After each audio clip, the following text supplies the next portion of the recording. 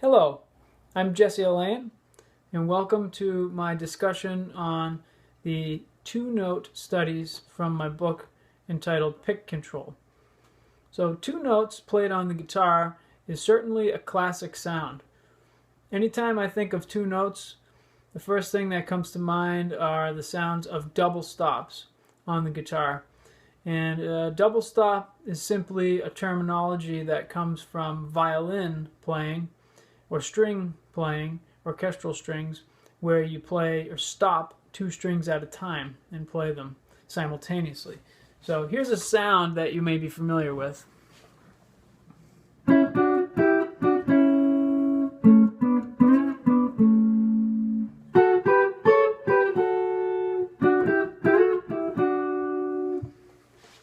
Those are some classic examples of two-note playing on the guitar. Now, we don't play those kinds of things exactly from the book, but they will definitely help you in your playing of all different styles of music. So let's begin discussing some of the two-note examples that you'll find in the book. So some of the two-note examples are very similar in rhythm and playing style to the single-note examples, but the way that you can do different chord styles with these examples is numerous. One way I like to do them is similar to what I just played for you, maybe on the middle register of the instrument and thinking of certain parts of chords. Now, two notes theoretically in classical viewpoint would not be considered a complete chord, but you can certainly hear the sound of a chord within two notes. It could be a different chord than what I think it might be, than compared to what you might hear. You could hear that two-note combination of C and E. You could hear that as the root and the third of a C major chord. You could hear that at the same time as the third and the fifth of an A minor chord. And you could hear that as the third and the sharp fifth of an augmented chord, and so on and so forth. There's all different ways you can hear these depending on what the root note is. Okay? So let's continue now and let's look at a specific example where we're going to play 16th note sextuplets. So what is a sextuplet? Simply a group of 6 notes that fits into the same amount of space that 4 notes would typically fit. So I'm thinking of a bar of 4/4, and I'm thinking of a group of 6 notes. And in this case, since we're discussing two-note studies, they would be 6 notes by playing 2 notes simultaneously. Let me show you what I mean by that. So I'm going to start the drum machine at 100 beats per minute, and I'm going to play you some two-note 16th sextuplets. Now the counting is going to be 1, 2, 3, 4, 5, 6, 1, 2, 3, 4, 5, 6, but double that speed, okay?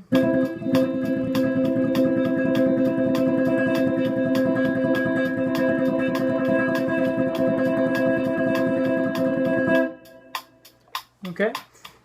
It's a very quick note value at 100 beats per minute, so you could imagine what it would sound like at 120. It'd be quite a bit quicker, if you will. So that particular example, I was playing a C and an E, just as we discussed before, which I like to think of here as the root and third of a C major triad. Okay? And you can move these kind of examples around all over the place. In fact, once you feel like you've mastered that set of 2 notes, move on to another set of 2 notes, and another, and another. I'll show you an example now of a way to make something like this a little bit more interesting when you're playing it right out of the book. So I'll show you how I would start by playing just these 2 notes like it is out of the book. Then I'm going to show you some other simple fingerings on your left hand in this case, or if you're left-handed would be your right hand. that will make this a little bit more enjoyable to play. And this is how I personally play these exercises. So here goes our metronome, 100 beats per minute, and we're going to start with our C and E. My first finger is barring the 3rd string and the 2nd string on the 5th fret. So we're going to start by just doing this. This is a C chord. We'll pretend, think of the key of C now. Ready? So you do this enough times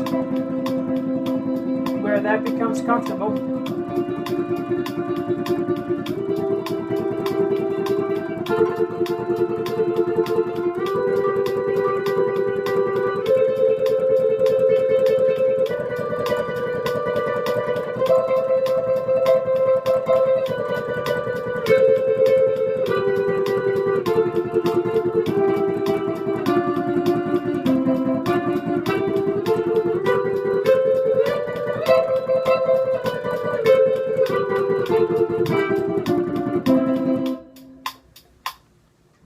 Okay, so all that I played there were the root and 3rd of every chord that is diatonic or naturally belonging to the C major scale. So I'll show you these fingerings. I'm just using very simple fingerings. I'm not getting too fancy with feeling position fingerings or anything like that because I want to focus on the picking hand. That's really the goal in this book, as it's called pick control. Makes sense, right? So the first fingering is a C and an E played on the 3rd string and 2nd string, 5th fret. Then you're going to go with your 3rd finger and 2nd finger. The 3rd finger plays a D, which is on the 7th fret of the 3rd string. And then the 2nd finger plays an F, which is on the 6th fret of the 2nd string. And then you move this whole shape up 2 frets, or a whole step. Now you're playing an E and a G. And then we're going to shift position with our first finger now on the 10th fret of the 3rd string and the 2nd string. And then we shift that up 2 frets. And this is now G and B, still on the 3rd string and 2nd string. Then we're going to do A and C. This is the same shape we used down below here for D and E minor. Now we're on an A minor with an A and a C. And then we move that one up 2 frets. And we get a B and a D, which is from our B diminished triad. And then finally, back up with the first finger here, where we're now on the 17th fret, 3rd string, 2nd string. So we've only played notes on the 3rd string and the 2nd string.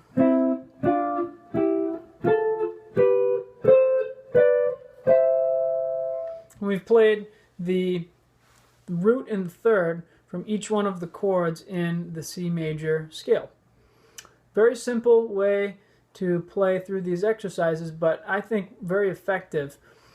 It gives you a little bit more to hear when you're playing the exercises rather than just playing through the same 2 notes the whole time. It can be a little boring for some people.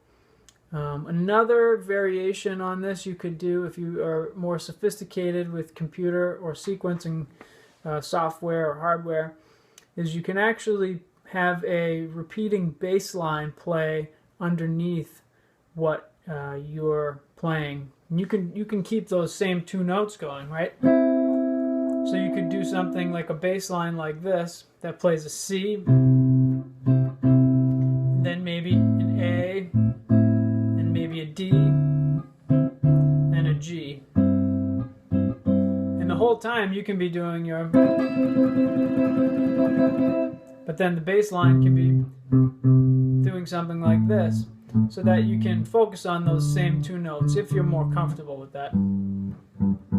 Or better yet than music sequencing software or hardware would be to get an actual musician to play with you on any instrument that can play those low tones. Could be guitar, could be bass, keyboard, anything. But I would highly recommend getting a little bit more creative with some of these exercises in order to make them more interesting for yourself when you're playing. So, as always, if you have any questions, feel free to ask, and I'll do my best to answer them for you.